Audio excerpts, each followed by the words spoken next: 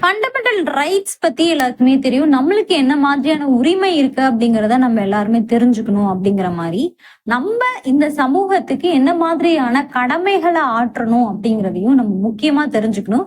அந்த விஷயத்த கண்டிப்பா ஃபாலோவும் பண்ணணும். அதுல இருக்கக்கூடிய 11 விஷயங்களை தான் இன்னைக்கு நம்ம வீடியோல தெரிஞ்சுக்க போறோம். ஸ்டோரி வடிவுல ஃபண்டமெண்டல் டியூட்டிஸை தெரிஞ்சுக்கலாம். முதல்ல நம்ம ஒரு நேஷனல் பிளாக் எடுத்துக்கணும், ஒரு கான்ஸ்டிடியூஷன் புக்கை கையில எடுத்துக்கிறோம். இது ரெண்டையுமே பத்திரமா பாத்துக்கணும் அப்படின்றது நம்மளுடைய கடமை. அடுத்து அந்த நேஷனல் பிளாக கொடி காத்த குமரனை நம்ம ஞாபகம் வச்சுக்கணும்ல.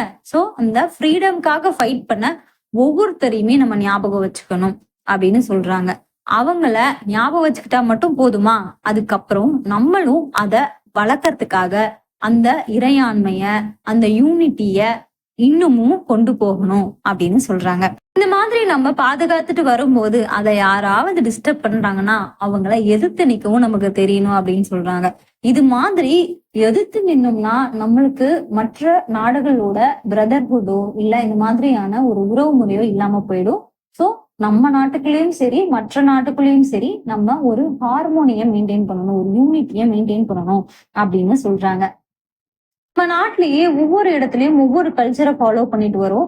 அந்த கல்ச்சர் எல்லாத்தையுமே நம்ம காம்போசிட் கல்ச்சரை மதிக்க தெரியணும், அத அடுத்த தலைமுறைக்கு கொண்டு போகணும் அப்படின்னு சொல்றாங்க.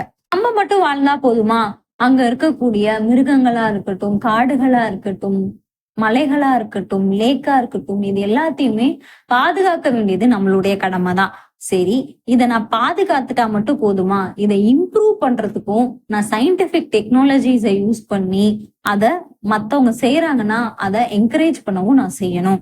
ஒரு பப்ளிக் ப்ராப்பர்ட்டி இருக்கு, அதை மெயின்டைன் பண்ண வேண்டியது நம்மளுடைய கடமை தான். அதுல எந்த விதமான டேமேஜோ இல்ல அதை அடிச்சு உடைக்கிறதோ செய்யக்கூடாது அப்படின்னு சொல்றாங்க. இது இல்லாம நம்ம ஒரு இண்டிவிஜுவலாவும் முன்னேறணும், அடுத்தவங்களை முன்னேறதுக்கு மோட்டிவேட்டும் பண்ணணும். இது எல்லாமே நம்மளுடைய நாட்டினுடைய முன்னேற்றம் தான் அப்படின்னு சொல்றாங்க. அடுத்து லாஸ்ட் பட் நாட் லீஸ்ட் நம்ம சில்ட்ரன்ஸ்க்கு எஜுகேஷன் கொடுக்கணும்னு சொல்றாங்க. அதுலயும் முக்கியமா 6ல இருந்து 14 வயது வரைக்கும் இருக்க குழந்தைங்களுக்கு கண்டிப்பா கல்வி அப்படிங்கிறது கொடுக்கணும் அப்படின்னு ஆர்டிகல் 21A கொண்டு வந்திருக்காங்க. இது இல்லாம இதையும் ஒரு ஃபண்டமெண்டல் டியூட்டியாவும் சொல்லியிருக்காங்க.